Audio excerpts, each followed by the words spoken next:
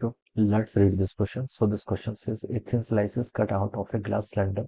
along a plane parallel to its axis. The slice is placed on the flat glass plate with a curved surface downward. Monochromatic light is incident normally from the top. The observed interference fringes from this combination do not follow one of the following statement.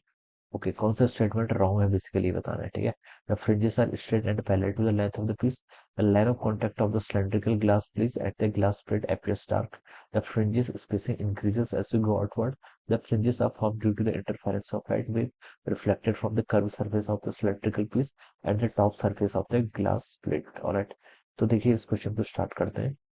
So we can write down the key concept of this question क्या interference लिख लीजिए क्या लिख लीजिए interference लिख लीजिए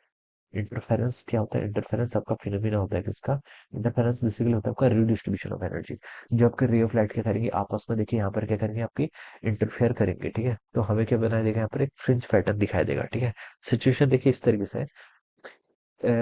thin slice glass cylindrical कोई आपके पास ग्लास सिलेंड्रिकल इस तरीके से आपके पास एक सिलेंडर मान लीजिए ठीक है ग्लास सिलेंडर है ठीक है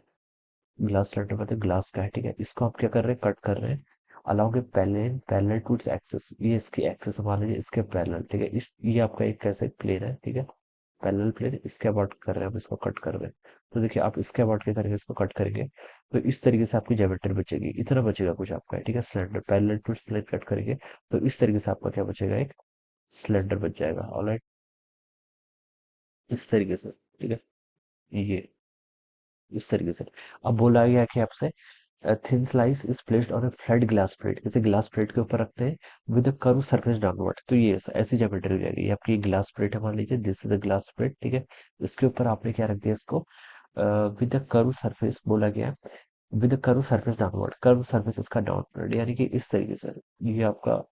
सिलेंड्रिकल प्लेट जिसको आप सिलेंड्रिकल की जो स्लाइस है वो है इस तरीके से ठीक है कर्व सरफेस डाउनवर्ड्स अब बच्चों यहाँ पर क्या होगा आपका इंटरफेरेंस होगा रे ऑफ लाइट आपकी इस तरीके से आएगी ठीक है रे ऑफ लाइट के तरीके आपकी ऐसे आएगी ठीक है ग्लास प्लेट से तो यहाँ पर क्या होगा आपका इंटरफेरेंस का फिनोमेना कौन सा होगा आपका इंटरफेरेंस का फिनोमेना ठीक है वन फ्रॉम द रे एक तो वो रे जो ऊपर से आ रही है आपकी ठीक है ईयर से ग्लास मीडियम से और एक आपकी इस मीडियम में तो देखिए यहाँ पर आपका क्या बनेगा वेज बनेगी जो ये वाला रीजन है कर्व सरफेस और ग्लास प्लेट के बीच में इस रीजन में आपके क्या बनेगा इंटरफेरेंस फ्रिंजेस फॉर्म होंगे क्या होंगे आपकी इंटरफेरेंस फ्रिंजेस फॉर्म होंगे ठीक है ये इसका मान लीजिए एक्सिस है दिस इज ये आपकी क्या है एक्सिस है सिलेंड्रिकल प्लेन की ठीक है अब बच्चों देखिए यहाँ पर देखिए जो स्लाइस आपकी बनेगी ये इस तरीके से बनेगी कुछ स्ट्रेट लाइन जैसी बनेगी ठीक है ये देखिए कॉन्टेक्ट ये इस तरीके से यहाँ पर आपकी ऐसे स्लाइस बनेगी ठीक है अगर मैं इसमें एक ऐसे क्रॉस सेक्शन लूँ ये तो देखिए 3D ज्योमेट्री होगी इस तरीके से पिच को भी क्या होगा आपका एक्सटेंड होगा तो इस पूरे रीजन के लिए बता सकता हूँ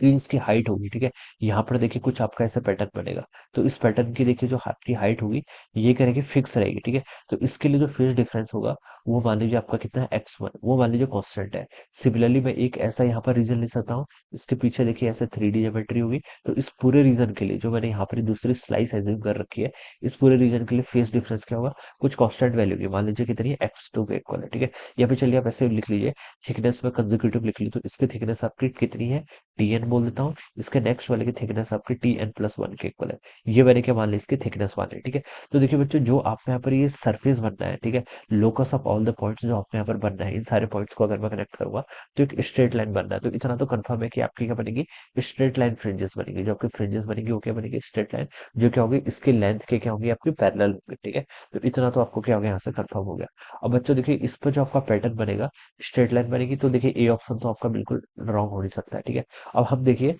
यहाँ पर से देखिए फ्रिंजेस इस तरीके से कुछ बनेंगे ठीक है इस क्रॉस सेक्शन को देखिए मैं अलग से ड्रॉ कर लेता हूँ इस तरीके से आपका ये रीजन है कुछ ठीक है this region is like this alright यहाँ पर मैंने एक एंगल बना दिया let this angle is theta ये एंगल कितना है थीटा है ठीक है और इसकी जो विड्थ होगी मान लीजिए वो कितनी है डब्ल्यू के इक्वल है W is a width W क्या है इसकी यहाँ पर विड्थ है ठीक है अब देखिए दो कंसेक्यूटिव के बीच में एक आपकी मान लीजिए ये आपकी एक स्लाइस है ये आपका एक फ्रिंज है इसके बाद ये आपकी एक अगली फ्रिंज है ठीक है इनके बीच में अगर बच्चों मुझे एंगल निकालना है ठीक है तो मैं ऐसे थीटा को कैसे डिफाइन कर सकता हूँ थीटा हो जाएगा डिफरेंस बिटवीन इनके बीच का जो डिफरेंस है tn+1 minus tn divided by W के इक्वल ये मैं यहाँ से लिख सकता हूँ ठीक है दिस आई कैन राइट ठीक है और यहाँ पर से जो आपका tn होता है tn देखिए किसके इक्वल में होता है मतलब जो आपकी थिकनेस होती है बेसिकली ठीक है थिकनेस में लिख सकता हूँ यहाँ पर से आपका tn+1 ठीक है माइनस tn ये किसके इक्वल होता है, lambda equal to nu T के इक्वल होता था, sorry lambda equal to 2 nu T के इक्वल होता है, ठीक है। तो लैम्डा डिवाइडेड बाय कितना हो जाएगा आपका 2 न्यू, ये टर्म क्या रहेगी आपकी कांस्टेंट रहेगी, this all term will be constant, ठीक है। दिस इज द कंडीशन, ये आपकी क्या होती है कंडीशन होती है, लैम्डा इक्वल टू कितना होता है आपका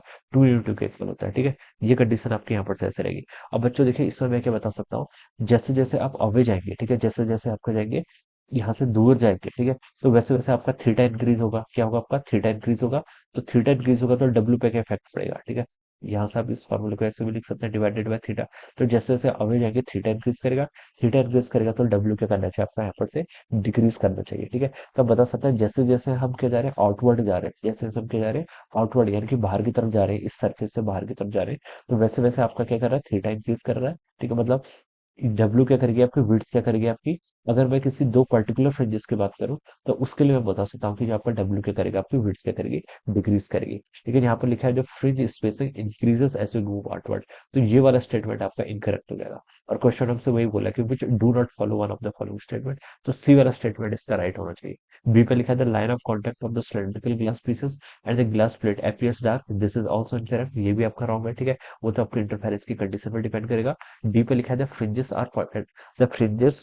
are formed due to the interference of the light, ठीक है, reflected from the curved surface of the cylindrical pieces and top surface of the glass plate. The fringes are formed due to the interference, ये तो बिल्कुल आपका true statement है, ठीक है। तो ये स्टेटमेंट ही आपका ट्रू है, तो ये भी आपका रॉन्ग हो जाएगा क्योंकि हमसे रॉन्ग स्टेटमेंट पूछ रखा है, ठीक है। तो मुझे सी ऑप्शन इसका करेक्ट आंसर होना चाहिए, कौन सा C option. So we can write down option C would be the right answer of this question. So I hope you all understood this concept. All the best and thank you so much.